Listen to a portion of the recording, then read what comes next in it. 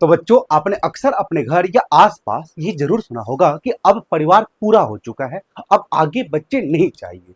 लेकिन क्या आपने कभी ये सोचा है कि ऐसी कौन सी तरीका है जिससे गर्भधारण को हमेशा के लिए रोका जा सकता है और बार बार अनेक प्रकार की दवाइयों और अस्थायी उपायों के प्रयोग से बचा जा सकता है? तो आज के इस लेक्चर में बेसिकली हम ऐसे ही कुछ तरीका के बारे में पढ़ने वाले हैं जिसके द्वारा गर्भधारण को हमेशा के लिए रोका जा सकता है। और ऐसे तरीका के को हम वैसेक्टोमी और ट्यूबेक्टोमी के नाम से जानते हैं। ये दोनों विधि बेसिकली जन्म नियंत्रण का एक परमानेंट मेथड है। अब परमानेंट मेथड कहने का मतलब क्या है और इसमें बेसिकली हम क्या करते हैं ताकि गर्भधारण को हमेशा के लिए रोका जा सकता है, तो चलिए इस बात को हम डिस्कस करते हैं और आपको इस वैसेक्टोमी और ट्यूबेक्टोमी के कंसेप्ट आपके दिमाग में सेट करने की कोशिश करते हैं। तो बिना समय गंवाए आज इस लेक्चर की अब शुरुआत करते हैं। देख, यहाँ पे हम आज इस लेक्चर में क्या डिस्कस करने वाले हैं, तो बेसिकली हम ट्यूबेक्टोमी और वैसेक्टोमी को, अब ये दोनों क्या है, तो ये दोनों जन्म नियंत्रण का एक परमानेंट मेथड है। तो सबसे पहले हमने ये हेडिंग लगाया है जन्म नियंत्रण की अस्थायी विधि, permanent method of birth control. अब इस बर्थ कंट्रोल में हम क्या करेंगे, बेसिकली जन्म को नियंत्रण करना है। तो इसमें हम पढ़ेंगे सर्जिकल मेथड, जिसे हम लोग शल्य क्रिया विधि के नाम से जानते हैं। इस शल्य क्रिया विधि को ही हम सभी बंध्याकरण या फिर नसबंदी के नाम से भी जानते हैं। इस सर्जिकल मेथड को हम लोग बंध्याकरण या फिर नसबंदी के नाम से भी जानते हैं। अब इसमें क्या होता है, इस सर्जरी में बेसिकली क्या किया जाता है, तो सुनना। इस विधि में जो नर होता है और मादा के प्रजनन नलिकाओं, अब ये प्रजनन नलिका कहने का मतलब क्या है, ऐसे डक्ट्स का बात हो रहा है, ऐसे नली का बात हो रहा है, ऐसे रास्ता का बात हो रहा है जो प्रजनन में सहायक होगी। अब प्रजनन में कौन रास्ता सहायक होगा, प्रजनन में वही रास्ता, वही नली, वही डक्ट सहायक होगा जिसके माध्यम से होकर अंडाणु अर्थात ओवम और शुक्राणु अर्थात स्पर्म आपस में मिलने के लिए आएंगे। तो इसमें जो नर या मादा का प्रजनन नली होता है उसको काट दिया जाता है और काट कर बांध दिया जाता है। अगर तुम उस नली को ही काट कर बांध दोगे तो क्या तुम उस गैमीट के, उस युग्मक के ट्रांसपोर्ट को नहीं रोक दिए, उसके परिवहन को नहीं रोक दिए? और जब अंडाणु का और शुक्राणु का परिवहन रुक जाएगा तो ये दोनों आपस में मिल नहीं पाएंगे, और जब आपस में मिल नहीं पाएंगे तो निषेचन अर्थात फर्टिलाइजेशन नहीं हो पाएगी, और जब फर्टिलाइजेशन की क्रिया नहीं हो पाएगी तो कोई महिला प्रेग्नेंट नहीं हो पाएगी। तो बेसिकली हमको क्या करना है, इसी प्रेगनेंसी से तो छुटकारा पाना है। तो छुटकारा पाने के लिए हम एक सर्जिकल मेथड का प्रयोग करते हैं महिलाओं के लिए। महिलाओं के लिए इस मेथड को हम लोग ट्यूबेक्टोमी के नाम से जानते हैं, और पुरुषों के लिए ये जो वंध्याकरण है, ये सर्जिकल मेथड है, जो ये नसबंदी है, इसे हम लोग वैसेक्टोमी के नाम से जानते हैं। अब ये वैसेक्टोमी और ट्यूबेक्टोमी के कॉन्सेप्ट थोड़ा सा आइडिया आया आपको क्या है? इस ट्यूबेक्टोमी और वैसेक्टोमी बेसिकली हम लोग, अगर ये ट्यूबेक्टोमी फीमेल का है तो फीमेल का जो प्रजनन नलिका होता है, रिप्रोडक्टिव डक्ट्स होता है, जिसके माध्यम से अंडाणु बाहर आएगा, उसी डक्ट्स को हम काट देंगे। अगर डक्ट्स को हम काट दिए तो क्या ये अंडाणु, ये ओवम आगे आ पाएगा क्या? तो जब आगे आया ही नहीं तो फिर फर्टिलाइजेशन होगी नहीं, और फर्टिलाइजेशन होगा नहीं तो फिर प्रेगनेंसी अचीव नहीं हो पाएगी। और बेसिकली हमको यही करना है कि प्रेगनेंसी को रोकना है।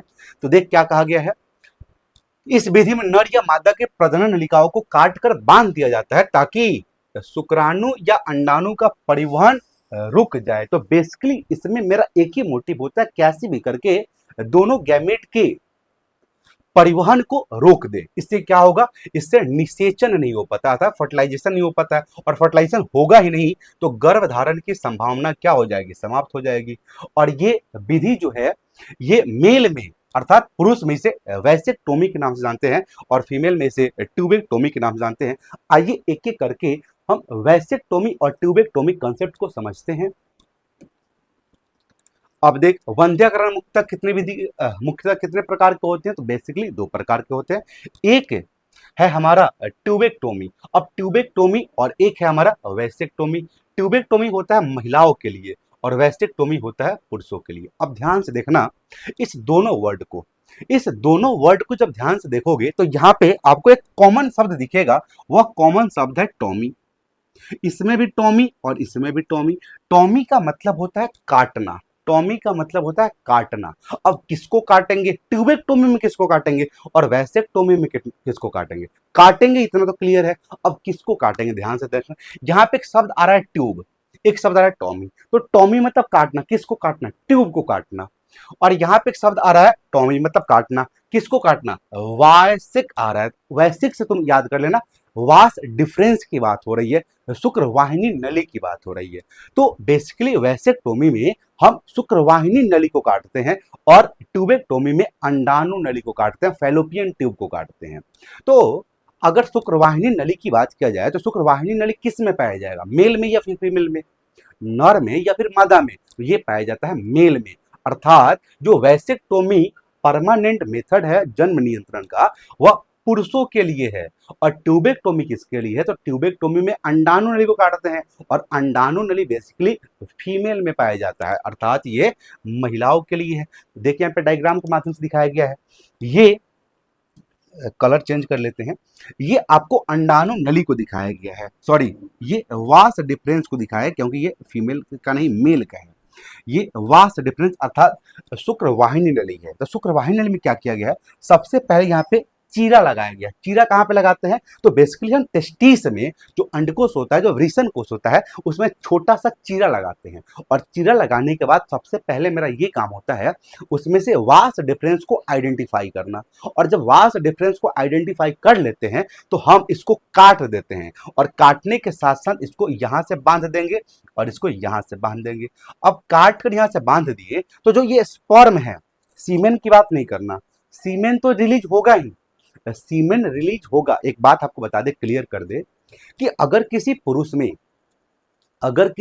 में ये विधि अर्थात वैसेक्टोमी की जाती है तो इसका मतलब ये नहीं है कि उसमें सेक्सुअल डिजायर नहीं आएंगे, इसका मतलब ये नहीं है कि उसके पेनिस में इरेक्शन नहीं आएगा, ऐसी कोई बात है ही नहीं, उसमें सेक्सुअल डिजायर भी आएंगे और उसके पेनिस में इरेक्शन भी आएगा। तो फिर क्या होगा, बस जो स्पर्म है वह सीमेन के साथ बाहर नहीं निकलेगा, बस यही होती है। और सीमेन के साथ स्पर्म बाहर नहीं निकला तो फिर वह पापा बनने लायक नहीं रहेगा, सेक्सुअल डिजायर भी आएंगे और इरेक्शन भी आएगा। अगर वही बात हम करें फीमेल में अगर हम ट्यूबेक्टोमी करते हैं तो क्या सेक्सुअल डिजायर खत्म हो जाएगा, नहीं नहीं नहीं नहीं, सेक्सुअल डिजायर भी आएंगे।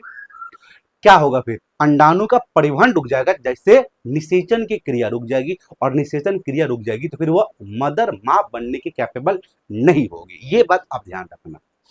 तो इसमें क्या करते हैं, हम वास डिफरेंस को काटते हैं और इसको बांध देते हैं। अब काट के बांधेंगे तो शुक्राणु आगे नहीं जा पाएगा, और जब आगे जाएगा ही नहीं तो ये पेनिस के माध्यम से मादा जनन पथ में नहीं जाएगा, सीमेन तो जाएगा, सीमेन मादा जनन पथ में सीमेन जाएगा, लेकिन उस सीमेन में स्पर्म नहीं होगा।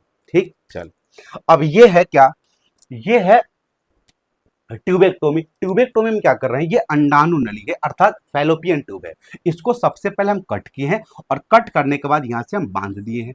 अब बांधने से क्या फायदा होगा, बांधेंगे तो ये जो ओवम है, ये आगे नहीं जा पाएगी, और जब ओवम आगे जाएगी ही नहीं तो शुक्राणु यहाँ पे इंतजार करते करते क्या हो जाएगा, डिजनरेट हो जाएगा, नष्ट हो जाएगा, क्योंकि जब ओवम आया ही नहीं तो फर्टिलाइजेशन की क्रिया नहीं होगी, और फर्टिलाइजेशन होगा नहीं तो प्रेगनेंसी अचीव नहीं होगी, और मेनली मोटो तो मेरा यही है भाई। तो देख एक एक करके जान लेते हैं, वैसेक्टोमी किसके लिए, पुरुषों के लिए। क्या होता है, तो यह विधि मतलब कौन विधि, वैसेक्टोमी पुरुषों के लिए किया जाता है। इसमें बेसिकली क्या करते हैं, देखो अभी तक इसमें क्वेश्चन बना नहीं है लेकिन बन सकता है। जो अंडकोश होता है, वृषण कोश होता है, टेस्टिस होता है, उसमें हम चीरा लगाकर उससे निकलने वाली नलिका जिसे हम वास डिफरेंस शुक्रवाहिनी नली कहते हैं, उसको काट कर बांध दिया जाता है।